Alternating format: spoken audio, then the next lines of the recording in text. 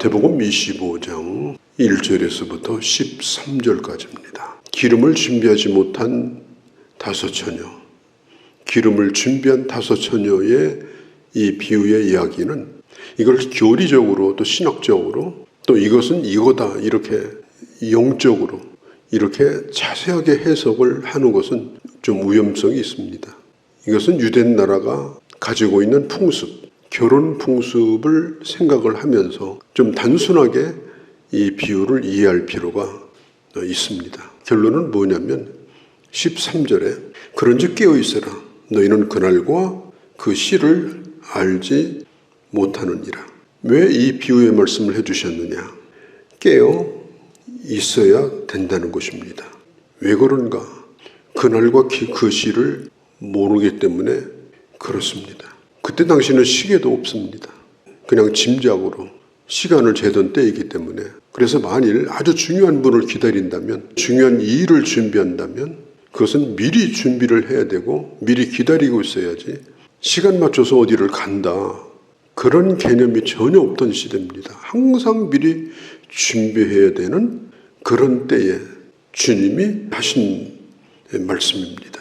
이스라엘 나라의 이 결혼은 온 마을 사람들이 다 참여하는 잔치입니다. 특별히 신부의 친구들이 잔치에 초대를 받습니다. 이스라엘은 결혼식을 밤에 시작을 해요. 그리고 밤새도록 파티를 하고 일주일씩 파티를 합니다. 저녁에 시작하느냐? 창세기 1장에 보면 저녁이 되며 아침이 되니 그게 첫날이라. 하루는 저녁부터 시작해가지고 그 다음에 첫날로 이어지는 것입니다. 결혼식도 마찬가지예요. 우리 어릴 때 시골에서도 그랬습니다마는 그때 당시에는 이 한 동네가 이렇게 모여 살면 부모가 다르고 형제가 달라도 다 동네 사람으로 키웁니다. 누구 집 자식이 아니라 내 집 자식이고 내 손자고 아들이다 이렇게 생각하고 키우던 때예요. 그리고 신랑과 신부가 신랑의 집으로 옵니다. 언제 오느냐? 밤에 옵니다. 신랑과 신부가 오기 전까지만 문이 열려져 있어요. 언제 닫혀지느냐? 신랑과 신부가 오는 순간 문이 닫힙니다. 다시는 문을 열어주지 않아요. 그때부터는 단속을 하게 됩니다. 이제 잔치가 멀어지게 되는 겁니다. 그때 신랑 신부를 기다리던 신부의 친구들은 어떻게 되느냐? 신랑 신부가 오면 같이 따라서 집 안으로 들어와요. 마치 안내하는 사람처럼 등불을 밝히고 신랑 신부를 맞습니다. 다치고 그 다음에 무슨 순서가 있느냐? 파티 순서가 있어요. 그 신부의 친구들이 등불을 켜고 춤을 추는 순서가 있습니다. 잔치집에서 춤이 없으면 안 되잖아요. 직접 자기가 가지고 온 등불을 들고 춤을 추는 그 일을 해야 돼요. 그래서 등불이 없는 친구는 들여보낼 필요가 없는 거예요. 등불이 없는 친구는 들어와봐야 꺼다놓은 보리자루예요. 그러니까 아예 못 들어오게 막아버려요. 10처녀 가운데 5처녀는 기름을 준비하지 못했다고 합니다. 성경에 보면은 8절에 등불이 꺼져가고 있었다. 아예 처음부터 기름이 없었다는 얘기가 아니에요. 기름이 충분하지 못했다는 뜻입니다. 밤이 길어지니까 처음에는 아마 불이 켜져 있었겠죠. 근데 충분하지 못하니까 점점점 어두워지다가 나중에는 꺼져버립니다. 거기다가 뭐까지 했느냐? 졸았습니다. 성경에 보면은 그들이 다 졸았다고 그랬어요. 5절에 보면 신랑이 더디옴으로 다 졸며 잘세. 기름이 충분한 사람도 졸았어요. 인간은 육신을 가지고 있기 때문에 육신의 피곤함을 이기기가 쉽지 않습니다. 그래서 졸기도 합니다. 13절에 보니까 뭐라고 그래요? 그런즉 깨어있으라. 졸지 말고 깨어있으라. 그런데 인간은 육신을 가지고 있기 때문에 졸음이 와요. 어떤 때는 내가 감당이 안 돼가지고 무게가 느껴지고 어려운 생각도 들고 우리가 육신적으로 충분한 시간도 가져야 되고 또 휴식도 가져야 되겠죠. 그런데 믿음을 준비하고 살아야 돼요. 믿음 없이 그렇게 하면 안 돼요. 믿음 없이 졸고 믿음 없이 자고 그야말로 땅을 치고 후회할 일이 생기는 겁니다.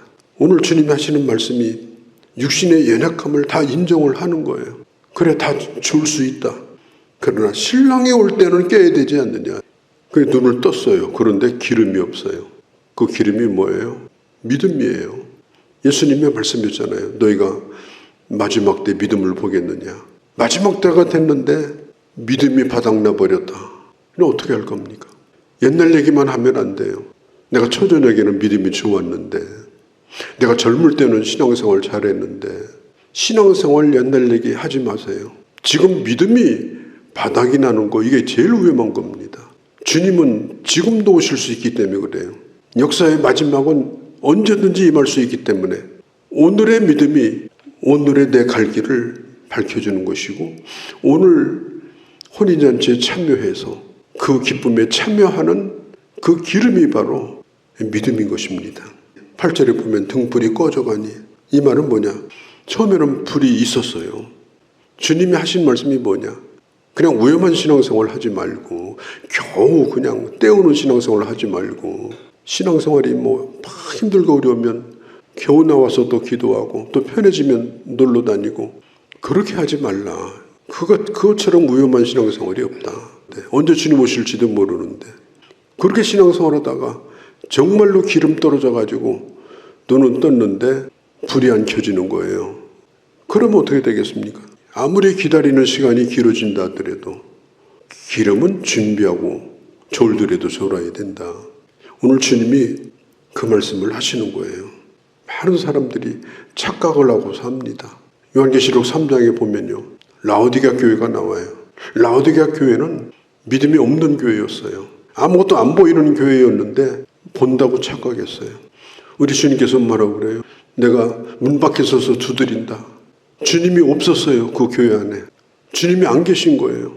주님을 모시지 않고 문 잠궈놓고 라오디게아 교회는 저기들끼리 졸고 앉아 있었던 거예요. 얼마든지 교회도, 얼마든지 우리 예수 믿는 사람들도 그런 착각을 하고 살 수가 있는 것입니다. 나는 부자라 부유하여 부족한 것이 없다. 그렇게 큰 소리를 쳤던 것입니다. 내가 너에게 책망할 것이 있다. 도대체 내 믿음이 어디서 떨어졌느냐. 다시 회복하라. 다시 회개하라. 주님께서 그렇게 말씀하십니다. 눈 멀고 벌거벗은 그 수치스러움을 깨달으라.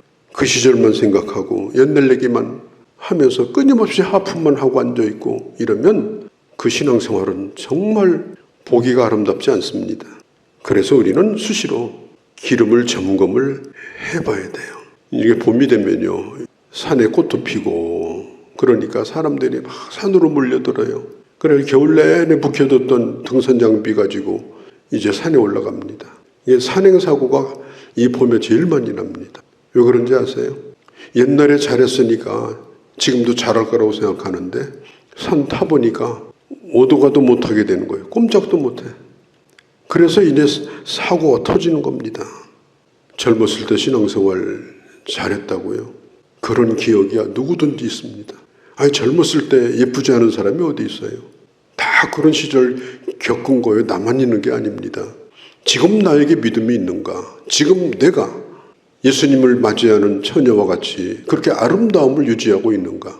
내 영혼은 지금 밝은가? 그렇지 아니하고 옛날 생각만 하고 어떻게 해보려고 하니까 사고가 나고 뼈가 부러지고, 그래서 신앙생활은 늘 믿음을 준비하고 늘 탈진이 되지 않도록, 늘 힘이 빠지지 않도록, 불이 꺼지지 않도록 항상 깨어있는 그런 영적인 경건생활이 필요합니다. 적어도 새벽에 나와서 기도하는 사람들은 그렇게 하려고 애를 쓰는 사람들 중에 하나라고 저는 생각합니다. 그렇게 해도 부족한 우리들이기 때문에 우리는 늘 힘써야 되는 거예요. 기름 만땅 넣고 차 운전하면 아무래도 차가 무거워집니다.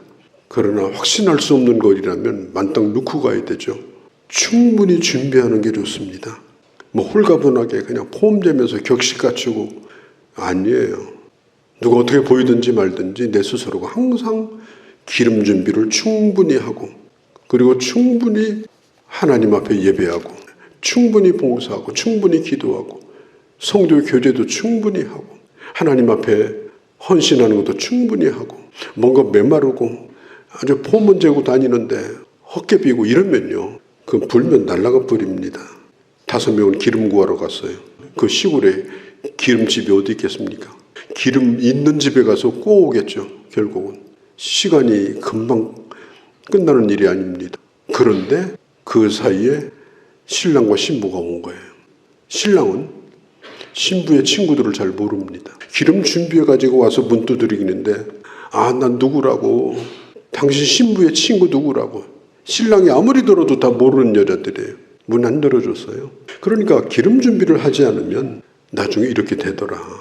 그리고 이것은 나눌 수 있는 게 아니에요. 기름이 떨어져 가니까 조금만 좀 나눠달라고 했지만 나눌 수가 없었어요. 왜? 신랑이 언제 올지 모르니까. 믿음은 서로 나눠 쓰는 게 아닙니다. 그래, 누구 때문이라고 얘기하면 안 돼요. 내 믿음 내가 가지고 살아야 돼요. 누구 탓하면 안 돼요. 내 믿음은 내가 충분히 예비하고 모든 게 늘 잘 갖춰져 있고 모든 게 늘 충분하고, 그렇게 신앙생활을 하는 것이 이 말세를 사는데 가장 안전한 신앙생활이다. 성경에 보면 이렇게 말합니다. 문이 닫힌지라 10절에. 또 보면 이렇게 말합니다. 12절에 내가 너희를 알지 못한다. 끝인 거예요. 주님이 말씀하십니다. 그렇기 때문에 깨어있어라. 믿음이 깨어있어라. 그날과 그때를 알지 못하기 때문이다. 열처녀의 비유는 복잡한 신학적인 얘기가 아닙니다. 우리 신앙생활의 실제적인 얘기를 주님이 하시는 거예요. 우리가 마음에 깊이 새기고 정말 충분한, 그래서 오늘 어떤 일이 있다더라도 넉넉히 불을 밝히고 넉넉히 감당하고 그리고 믿음으로 승리하는 그런 귀한 주의 자녀들이 되어주시기를 바랍니다. 거룩하신 우리 아버지, 열처녀의 비유 우리가 늘 들었지만 오늘 다시 한 번 또 들었습니다. 기름을 꾸러 가다가 신랑이 모른다 하여 문이 닫힌 채 크게 땅을 치는 이런 일이 없게 하시고 언제든지 내 안에 믿음이 충만하여 또 충분하여 내게 주어진 모든 일들을 넉넉히 감당하고, 그리고 주님 오실 때 활짝 열려진 문으로 우리 주님 만날 수 있는 그런 하나님의 사람으로 살기를 원하오니 하나님 저희들을 지켜주시고 인도하시고 은혜 베풀어 주시옵소서. 우리 주 예수님의 이름으로 기도하옵나이다. 아멘.